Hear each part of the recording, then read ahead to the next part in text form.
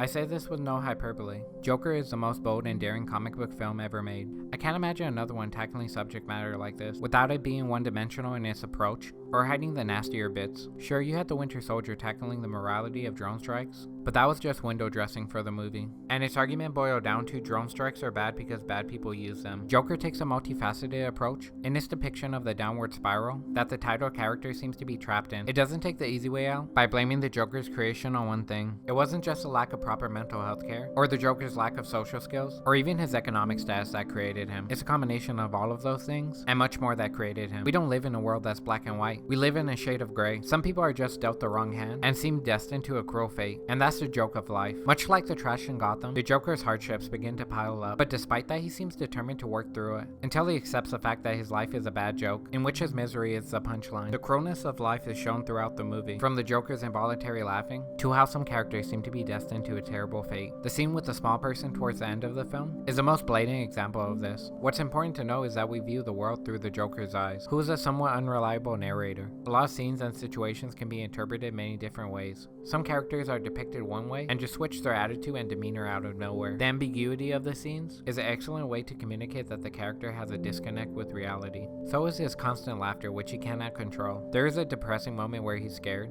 and he can't stop laughing, which in turn only makes him more scared. At the hands of a lesser actor, I'm not sure that scene would have worked. Joaquin Phoenix continues his hot streak of great performances. Like his work in The Master, he bends and contorts his body to communicate the character's mental state. Joaquin at the very least deserves an Oscar nomination for his work here. The moment at the end where he embraces the madness is executed sublimely. Subtlety is non-existent in Joker, which is not surprising considering the director. A lot of the information that's already communicated to us visually is spoon-fed to us with dialogue. The montage of the twist at the end just comes off as insulting, and while that's an unintentional insult to the audience, there's a lot of very intentional ones directed at us. It tempts us with diversions into the usual cliches of the genre before warping our perceptions of them. It mocks the very idea of being sympathetic to a villain who kills. This movie very much reminds me of The Hangover Part 2, but instead of mocking comedy sequels, it mocks comic book films. The cinematography is nice, but a lot of the imagery is ruined by editing choices. A lot of the shots could have breathed a little more, instead of changing from one to another so rapidly. The editing also makes the movie feel like it's just stumbling from one scene to another, with just a vague idea of where it's going. There's a lot of music choices that just didn't work. For me at least, the staircase scene didn't work at all because of the music choice. The score is pretty good, but it's misused a lot. It begs us to feel emotions that we really shouldn't, considering what's in the scenes and the themes of the movie. The first hour, while still entertaining and captivating, suffers the most from those issues, which really harms the overall quality of the movie. The final 30 minutes make up for it though. I think they're the best 30 minutes of any comic book film. It's so uncompromising and unwilling to stray from its message or misery that it seems unreal that this exists in a genre that has consumed pop culture. It's actually disturbing not only because its allusions to mass shooters, but because the way it frames its violence. It's the only way that this character can communicate to others without being ignored. The satisfaction on his face when he sees another person react to his violent actions is just sickening. I love the night show segment, especially how Joker mocks Murray by pronouncing his name wrong and acting overly theatrical. This interpretation of the Joker is something very different from anything we've seen so far. Instead of Ledger's spontaneous Joker, we see a more deliberate Joker that dances at the side of the chaos he's created, as he loves the attention he gets from it. Like the king of comedy, the final moments of the film is very ambiguous and can be interpreted many different ways, but what happens after that ambiguous moment breeds the most terrifying moment in the movie. That walk he does at the end shows us a horrifying Joker that we haven't seen on screen before. Unlike most people, I thought the Wayne scenes were needed, as I think it's important to show that good can still exist despite all the evil that surrounds it. While it may seem like I think the Joker is a masterpiece, I can assure you that I don't think it is. Don't get me wrong, it's a very good film that I very much enjoyed, but I couldn't help but feel like it could have benefited from a better director. Regardless of that, I do think it's a film worth seeing.